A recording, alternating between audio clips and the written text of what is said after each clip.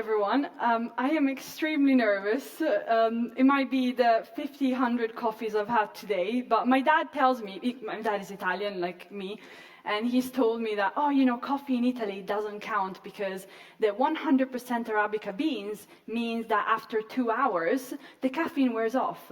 So that's why you can keep having, this is what my dad says, but my dad also told me, unironically, that he invented tiramisu, so don't, I believed him for many years, and I went around thinking like, well, I'm the daughter of the inventor of tiramisu here. Anyways, welcome to Build a Binary. I want to give you a little introduction of me in case I haven't annoyed you enough in the past couple of days. My name is Anna. I am a 28-year-old teenage girl. I'm a mobile infrastructure engineer at Spotify, but even though I don't write that much Swift these days, I am still an iOS developer at heart. And I am clearly from Italy, and I'm from so far up north that you can legally call me Heidi of the Alps without any repercussions. And yeah, I've now lived in the UK for around 10 years, and I love skiing, I love bouldering, and as you can imagine, doing very quiet pastimes. Anyways, what are we here to do today? My goal is to... Sorry, I don't know why I'm laughing. I have a nervous fit.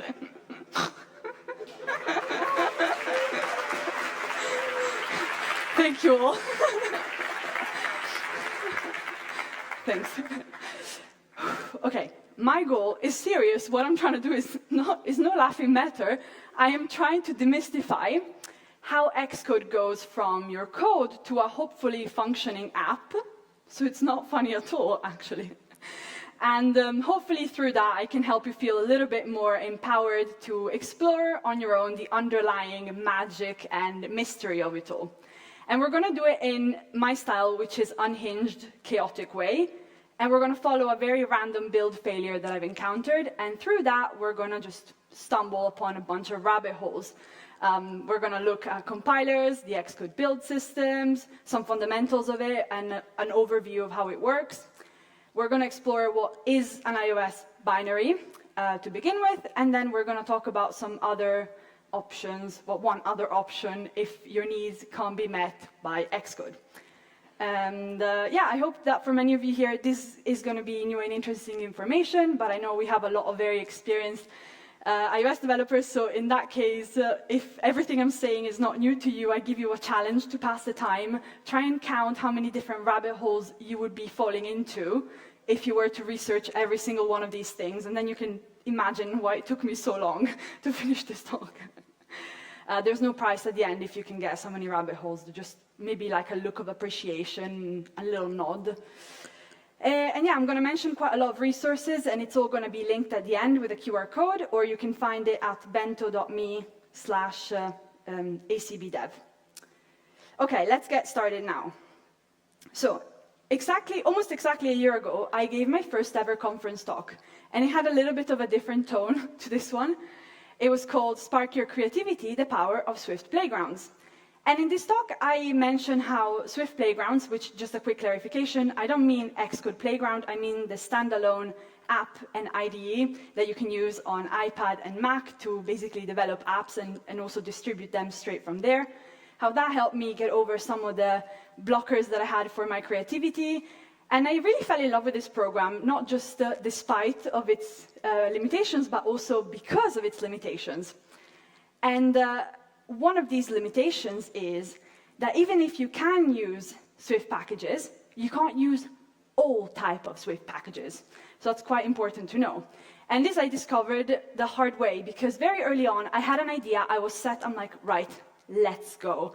And I tried to add Firebase, okay? The package resolved, amazing.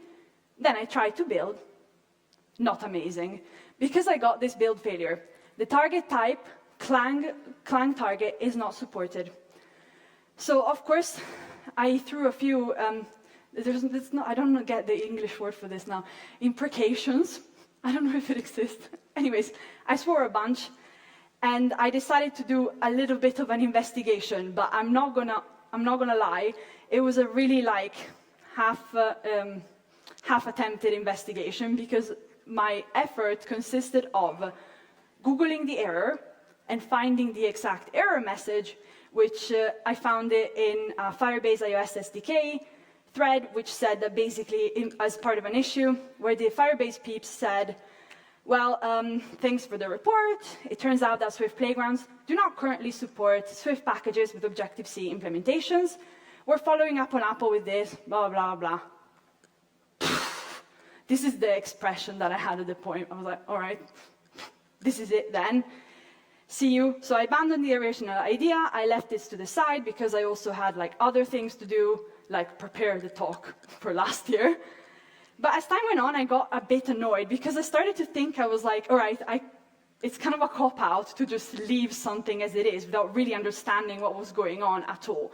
So I decided to have a little bit of a different approach. So it was like, instead of just Googling the error message, the laziest way possible, let's actually try and understand what this error message was. So I found that Clang target is very simply a class declared in SPM. And it's, as you can imagine, I don't know why it took me so long, SPM target that has Objective-C implementations. And then I tried to look in the repo a little bit more to find hints of why it wasn't supported, and maybe of the error message, and I found nothing. So I still wasn't satisfied because I wanted to figure out what was going on. So one thing that you should know as part of our detective investigation is, first of all, Swift Playgrounds projects are just Swift packages, a simple Swift package. If you take the Swift package, you put it in Xcode, what do you think happens? It builds, even with a Firebase target. So I was like, okay, something is different in the way that Xcode handles things compared to how Swift Playgrounds handle things, right? That's what it would make sense to think. So because I didn't really know much about what is handling things, my first thought is like, well, I get compiler errors. First, maybe there's something different with the compiler, right? There's got to be something weird with that. So I stepped into it. Sorry, it worked in my mind. And I looked at the compiler situation in Xcode. And we're going to take a little compiler. No, we're not going to take a little compiler. We're going to take a little tour into compiler land. Less fun than Disneyland. And if those of you who heard the word compiler and you're thinking of running away, tough luck, because I asked them to seal the doors. You're here for a while. Anyways, so before we dive any deeper, I thought I would provide some context for those of you who don't know, because I didn't really know before I started looking into this, of what actually happens with compilers in general. This is a very simplified and very generalized, so compiler nerds, don't come for me. And I kind of want to take you through this quite quickly. So, first of all, we have the front end of the compiler, nothing to do with web development, it's just called the front end. And we get our source code, which is written in a high-level programming language, like Swift, Objective-C, blah, blah, blah. And first, we start parsing. When we're parsing, we take this source code, and we chop it up into something called tokens.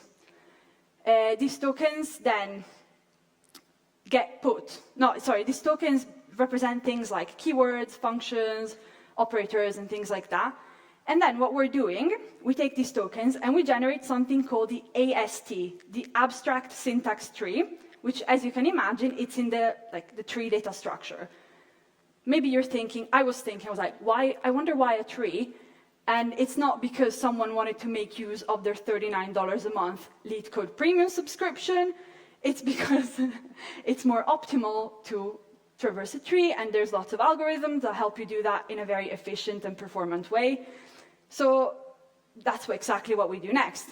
The AST, then we go through analysis usually, and there's often two types of analysis. The first one is the syntax analysis. So that's when we check that the grammar of what we got makes sense. Okay, is there all the brackets? Everything makes sense in the grammar. Of course, in the context of the language that you're compiling for. And then if that's all good, then we go through the semantic analysis, where then we check if the code makes logical sense. So if variables are assigned, blah, blah, blah, blah, blah. That's not very scientific to say blah, blah, blah, blah, blah, sorry. So after we've got this, then we go through the optimization stage. Before we go through optimizations, after analysis, we're left with something called IR, which is intermediate representation. Then we optimize, and the type of optimizations, of course, depend on what language and what compiler you've got. We'll talk a little bit about that in a minute. And then you have the optimize IR. And the kind of optimization stage sometimes depends on the compiler. It's kind of like not quite the front end, not quite the back end, but now the next step is the full-on back end, which is the code generation step, where we take this optimize IR and we produce assembly code. Okay, so far, so good, I hope. Don't snort, Anna, stop snorting. Anyways. Okay, so this is how compilers generally work. What does Xcode have to offer? In my notes, I wrote erroneously that we have 2 compilers in Xcode, but that is false, because technically we have 3. The third one that I'm not going to mention too long is the docc compiler, but that doesn't compile us executable app, it compiles us the documentation. But it's its own compiler, and I didn't know this until recently. Anyways, the first one is the Clang compiler. I actually thought it was Clang for the longest time, and it was really embarrassing until someone corrected me in public, and it's Clang. So the Clang compiler is open sourced, and as this title suggests, it's needed to compile languages which are C-based, like C, Objective-C, blah, blah, blah. I need to stop saying blah, blah, blah. Okay, sorry. Anyways, sometimes my thoughts come out and I don't quite know how to stop them, so please edit that out when you're doing the video. So Clang is based on LLVM. LLVM stands for low-level virtual machine. Is it a virtual machine? It's not a virtual machine at all. It's a collection of really powerful and modular compiler and toolchain. Oh my God, my brain. Sorry, give me a second. Compiler and toolchain technologies. So, for the Clang compiler, LLVM also provides the LLVM IR, which is a universal type of intermediate representation, and it makes it quite cool because thanks to the LLVM IR and other things that Clang does really well, thanks to LLVM, we get something that is known for 2 things, for many things, but 2 mainly, which is really good performance and very good, they call it, diagnostics, which is really fancy speak for a good error message. So because of that, we can use the Clang compiler for things beyond just, of course, iOS development and other type of development. We can use it for things like academic research, some type of Linux development, and also Android native development kit.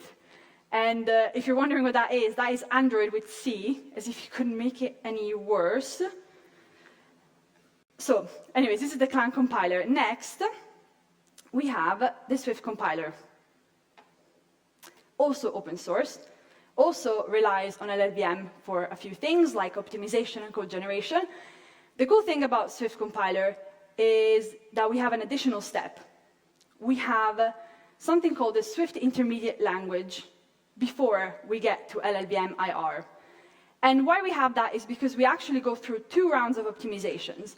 In the SIL, we go through optimizations that are specific to Swift, like automatic reference counting optimization, generics, etc. And then the LLVM IR goes through other type of optimizations that are more related to CPU performance.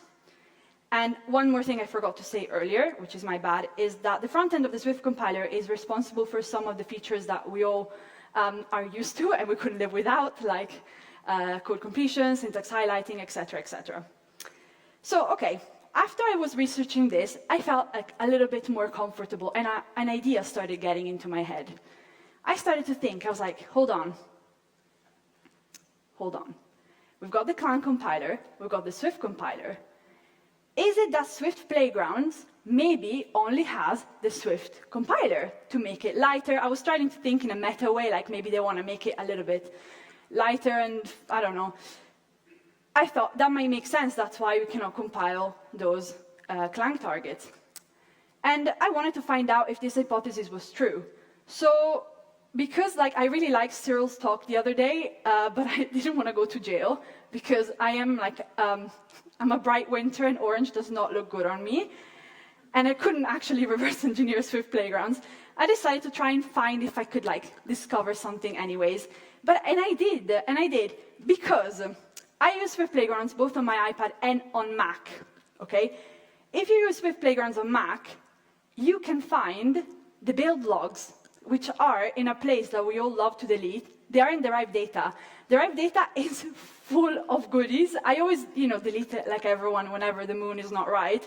But inside, it's full of stuff until you delete it, then the stuff goes. But we have something called the XE activity log files, for example. These are binary files that if you try and open them, they're complete gibberish. You can't understand anything in it. However, there's a tool that I linked also at the end that's called XE log parser that can help you parse them in JSON, HTML, and you understand a lot about your builds. And I was surprised. I was like, wow, Swift Playgrounds is putting the logs in the same place that Xcode is putting the logs. And I tried to look into the XE activity log files. I couldn't find anything that hinted about my hypothesis. However, then I went into the desk.xe build files. And that's where the good stuff was, even though I couldn't understand most of it, because it is also partially gibberish. But I found a few things. Number one, as you can see at the top, that's the Swift compiler version that Swift Playgrounds was using. Aha. Then we have the toolchain that is the same one as Xcode. And then, as I looked a little bit more, I found we also have the Clang compiler. So my hypothesis was out of the window. But then I was thinking, okay, fine, both compilers are there. So what on earth is happening? What else is going on with Xcode if my hypothesis was so off? Maybe there's some extra stuff that I missed along the way. So now we get to the good stuff. First of all, we want to have a look at the Xcode build system. What is a build system? A build system is a set of tools that basically coordinates and manages the separate tasks that are needed to get your code into something executable. I was about to make a reference. I don't know how many people are going to get this, but I'll try anyways. So the build system is like Kris Jenner, and all the components are all the different Kardashians. Kris Jenner is organizing everything. I knew it wasn't going to work. Anyways. Regardless, so it coordinates all the tasks and decides how to execute them. But what do we mean with a task? A task is a unit of work, as I said, compiling. But is the build system in charge of compiling themselves? No. The build system rather establishes when to execute and how to execute. So, as I said, it is the manager of the system. It organizes and manages everything. So the name of the Xcode build system is called XE build, not to be confused with Xcode build. And if you try and find stuff on Google on XE build, you will only find results about Xcode builds. And I'm like, no, I'm looking for something else.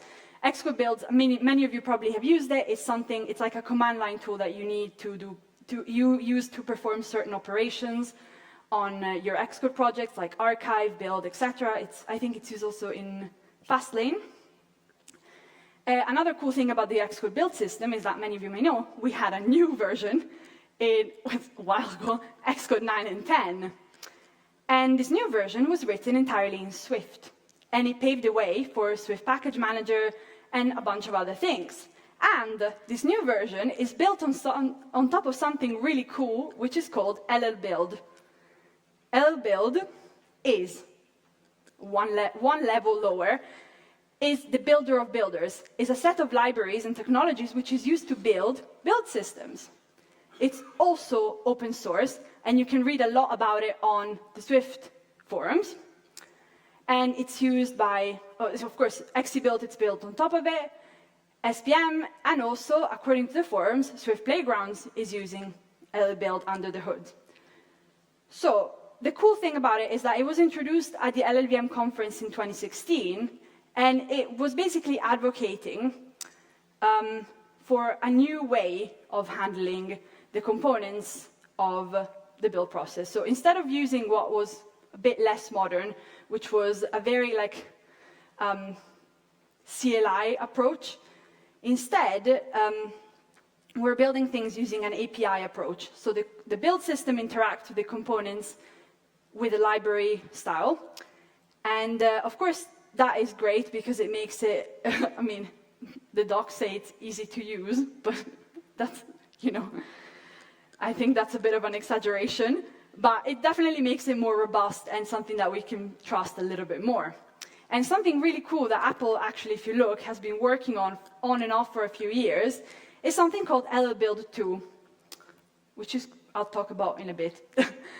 Okay, so now I also felt like I had a bit more information about what, what was organizing the whole situation, the Xcode build systems. I knew what was under the hood of that, which was LLbuild. So then I was wondering, okay, so what actually happens in practice when you press the build button?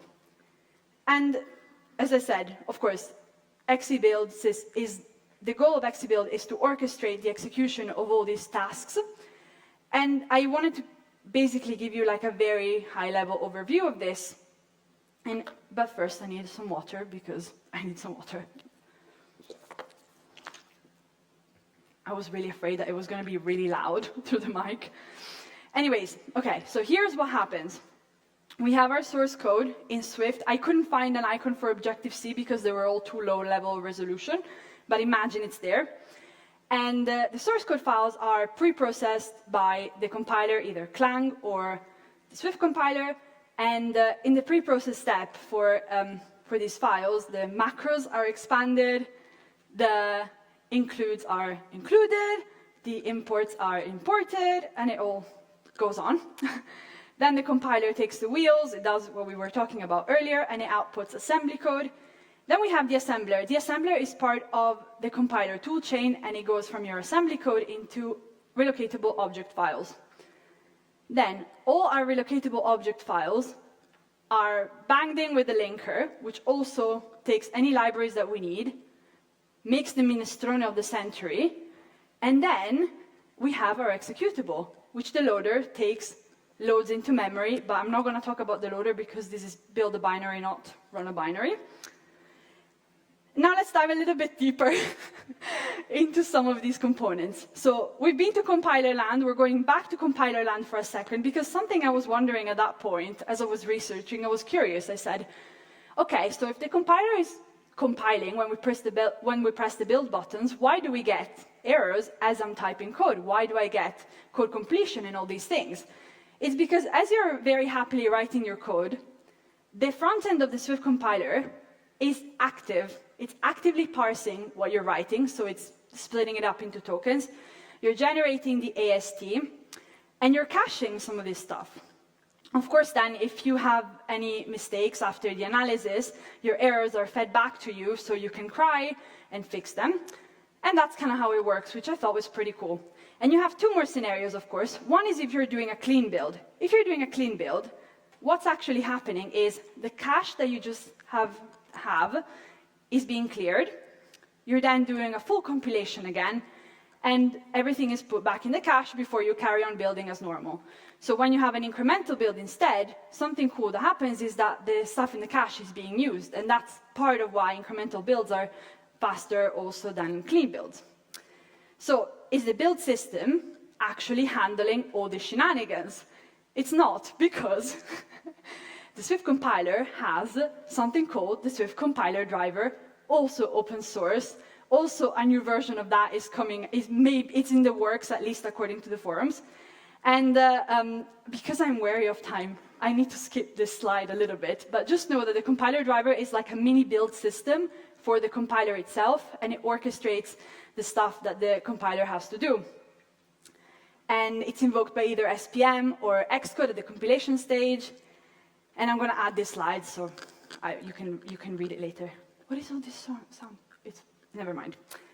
Okay, so after the compilation stage, as I was saying, through the compilation stage, we have the assembly code, and then the assembler, which, as I said, it's part of the compiler toolchain, takes your assembly code and outputs these relocatable object files, which are non-executable, and they're known as the .o files. So that's cool, and now comes my favorite bit, the linker. The linker is that girl. So after the assembler has done its job, we take all the relocatable object files, we take the libraries, and we create something that we can execute, the binary. However, I was thinking, as I was researching, I was like, but how does it actually handle these libraries? How are those handled? And here I have made a horrible metaphor for you that I hope it makes sense. But if you want to find out things in a bit more detail, look on WWDC. This year and the year before, there's some really, really cool talks about the linker. So this is my interpretation of these talks and my metaphor. So, for example, let's say we've got a static library. Static library, we have a bunch of .o files, of these object files. They are fed into, well, the linker takes these, and it goes through them in a procedural serial order, so one after the other. And we're going through them, and we're looking for two things in the symbols. We're looking for the symbols' uses and the symbols' definition. And they're compared against something called the symbols table. Now, I like to think of the symbols table a bit like the VIP list of a club, okay? And the linker is like the bouncer. So when you find a use of a symbol, you're penciled in the VIP list. If you find a definition, you're good to go, you're in the club. If you don't find a definition, undefined symbol error, and that's, once again, our tiers. And then if you maybe find a definition, but you don't find a use, then you're not in the club. I'm sorry. What does it actually mean with getting in the club? In the case of a static library, your code is basically copied into your final executable, and give me a second. And then we have, of course, the other case, which is when you have dynamic libraries. Dynamic libraries are a little bit different because rather than having a bunch of .o files, you have a macro file. 1 second, we'll get to what that is. And which is executable, unlike .o files, those are not executable. And we're still checking against the VIP list. But if you make it to the club this time, rather than copying the code, you're basically making a promise that at runtime, the DYLD, which is the dynamic linker, is going to execute what needs to be executed using the path that you send it to. So I find this like really, really cool. I hope you also think it's cool. But watch those WWDC videos because they explain it really, really well. And one cool thing, of course, the reason why there's a video on WWDC is because Xcode 15 came out with a new linker, which is called LD Prime. And I know the name sounds like a bad transformer, but it is really cool. And if you look on, I was about to say on Twitter, I still call it Twitter. If you look there, some people have done some cool benchmarks to show how much the performance has improved thanks to this linker. And there's a way to backport it to Xcode 14. I know that now, like, maybe that's not a problem anymore, but yeah, if you still can't use Xcode 15, then yeah, you can backport it and take advantage of it already. So, what is the final product of all this kerfuffle? What are we left with? What are we left with after the linker? And now this is the binary part of build a binary. And I don't want to, once again, let me drink some water.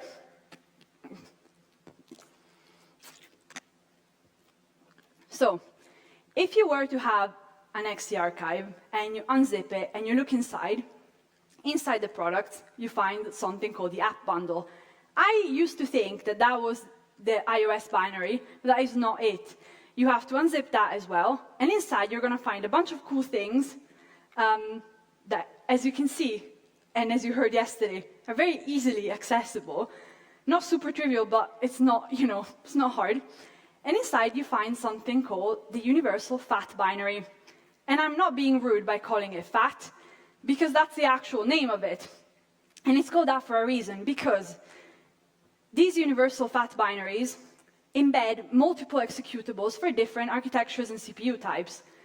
As you can imagine, the latest fat binary that Apple has been using is the one that supports both 64-bit Intel and Apple processors. And these separate macro files inside the fat binary are basically wrapped using these fat headers. And inside the single macro files, you've got things like the headers, the load commands. As I said, we heard about this yesterday and how they can be played with, which was pretty cool. And yes, this is pretty much it. Yes. I know that I could go into a lot more detail for this topic, but at least now, for those that didn't know, you can appreciate what I used to say was my best joke I've done. Anyways. Okay, so at this point, maybe you're wondering, Anna, you promised us some alternatives. Do you have any alternatives? And actually, there's a lot of alternatives. There's plenty of build systems. like CMake, GNU, etc. But this Bazel is the only one that I feel I can talk about because it's the only one I actually have any experience with from my work at Spotify. So Bazel has the tagline fast, correct, choose to, and we're going to find out why in a second. And it's an open source build system, open source by Google, based on their very powerful internal build system called Blaze. Now, there was a joke, you might have heard of Bach, and in a podcast I heard, this is what I heard in a podcast, so don't take face value for this, that apparently the reason why Google decided to finally open source Blaze into Bazel is because people kept leaving Google and going to other big companies and creating their own version like Bach. So at one point Google is like, okay, now we open source this stuff. And there's a really cool open source community, it's really active, and yeah, it's really fun. One of the most important things you need to know about Bazel, it's called an artifact-based build system. And for very large code bases, for monorepos, for code bases that have multiple languages, it shows really, really big reduction in build times, which we all love to see. And you can use it for many different things. It's not just for iOS development, but at Spotify, for iOS development, we actually use Bazel to generate the iOS project, build locally, and build on CI. It is kind of like non-trivial to set up and to learn. I have experienced this the hard way, but it can be actually really fun. And yeah, it's one of those things that if we didn't have this, I was talking to someone who said, if we didn't have something like Bazel, and if we didn't have the type of optimizations that we had before we set up Bazel, like at Spotify with millions of lines of code and like 220 developers, if we just used vanilla Xcode and Xbuild like as it is, we wouldn't even be able to open the IDE. So yeah, it can be really, really useful. And I want to give you a really, really quick rundown of how Bazel works because it helps us understand some of the advantages of fast and correct. So we have three major phases. The first phase is called the loading phase. In the loading phase, you take something called build files, which are very specific to Bazel. And build files is basically like a list of dependencies you need and things that you want built. So it's like a grocery list. It's like, here's what I need. Then you've got the analysis phase. In the analysis phase, you take the things that the build files tell you, like the things that you've just loaded, and also what you do is you take different rule sets. So rule sets are basically snippets of code, also open sourced, that can be used for different purposes. For example, rules Xcode project help you build an Xcode project. You've got rules Swift, rules Apple, so there's plenty of rules, really, really cool stuff. And then in the final phase, in the execution, you basically take all the inputs and you build in parallel in a remote cache, so that's why you have something really fast. And then it's not quite a phase, but it's something cool to know, that the artifacts that are produced from the execution phase can be reused. They're cached and can be reused. So that's why it also makes it very, very fast. And you might have, of course, you might be wondering, what does it actually mean, though, that it's artifact-based? So the main difference between task-based and artifact-based build systems, task-based being the current version of XCbuild, is that while a task-based build system is very powerful because you can say, you can tell it to build however you want, and that's the key word, how. You're focusing on how to build something. And yeah, with great power comes great responsibility and come probably great mess-ups. That's why sometimes these type of builds can be a little bit unpredictable and sometimes unreliable. However, if you're working with an artifact-based build system, you're focusing on what to build. Here's exactly what I want, and that makes it so that builds are a lot more consistent, and as I said, you can reuse the artifacts that you produce. And it's all, I think it's pretty cool. And I'm not the only one that thinks it's pretty cool, because remember when I was mentioning LLbuild 2? So LLbuild 2, according to what I was reading on the forums, apparently they're taking a leaf out of these more modern build systems books, and they're actually changing it to be an artifact-based build systems, and also utilize things like remote execution, which is pretty cool stuff. However, it means that for us, this can't happen anymore when they finally do release it, if they finally do release it. Okay. I had a lot of fun when I was researching this, learning about the Xcode build systems, learning more about all these type of things, and falling into rabbit holes left and right. And I hope that you maybe have like a little bit of a newfound appreciation for everything that happens behind the scenes, if you didn't know already. And I hope that you're also feeling a little bit excited about these more established technologies that are getting makeovers, which I think is really, really cool. But now let's take like a little step back, because I started with a problem, right? What about my playground failure? Have I fixed it? What do you think? What do you think? No. Sorry. I am working on it, though. I haven't given it up. However, for the time, this is still going to remain one of WatchMojo's top 10 iOS unsolved mysteries. And of course, there's some things that we do know, right? We know it's nothing to do with the compiler that it's lacking. We know both compilers are there. We know that the Swift Playground build system is actually the same one that Xcode uses. We know they use the same toolchain. So my hypothesis at the time is that probably something has changed at the SPM fork that Swift Playground uses, because they all use like a slightly different fork than the one that's open sourced. However, I am on it, okay? I haven't given this up. I will not give this up. Tune in next year to see me actually doing what Cyril suggested and going to jail. However, was this all a huge waste of time for me if I haven't fixed this? And I personally don't think it was, because one of the most positive side effects is that for me, it majorly increased my foundational knowledge of Xcode, which isn't just needed for my job as a mobile infrastructure engineer, but it helped me get such a newfound appreciation for what's going on behind the scene. And one of the side effects, the positive side effects of this whole thing, is that I wrote a habit, right? But it's not a habit anymore, it's an obsession of always asking these two questions, why and how, instead of just taking things at a superficial level and at face value. And it has proven quite effective in my day-to-day job as well. But the best thing for me I've discovered so much in this about the joy of discovery and exploration. And there's another little rabbit hole that I fell in as I was looking this up. And the fact that actually psychology defines that there's two types of curiosity. There's something called the deprivation curiosity and something called interest curiosity. They differ in the motivation as why you're curious about things and why you're researching things.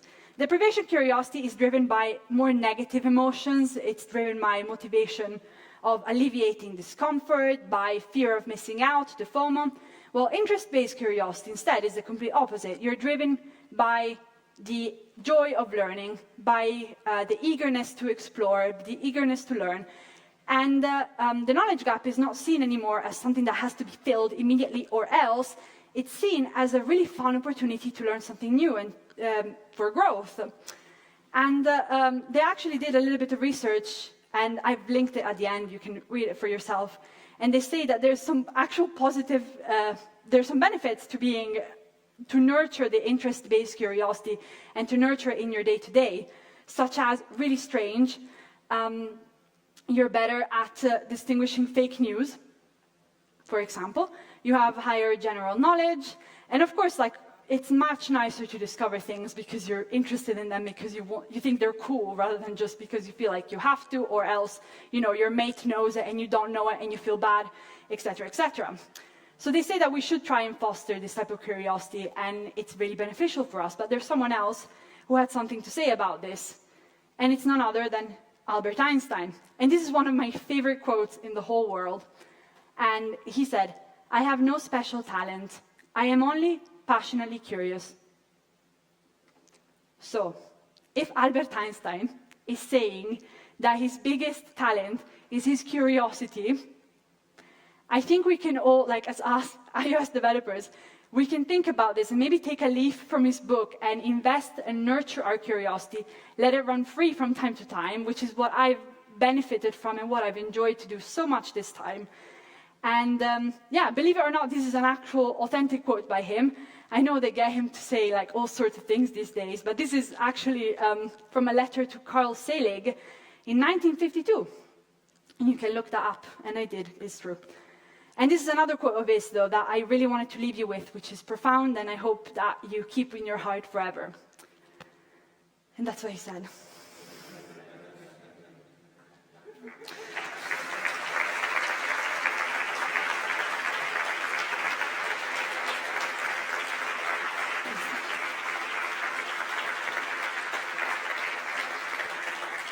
On the dot. I thought I was going to be late. So I wanted to thank all my colleagues and all my IIS friends that have helped me review this talk, and Perfective, Spotify, and the developer experience team for encouraging me, supporting me, and of course the Pragma team for selecting my talk and for organizing this absolutely amazing conference. And most of all, thank you for listening, and here's the customary QR code for you to then scan and do the resources. So yeah, thank you everyone.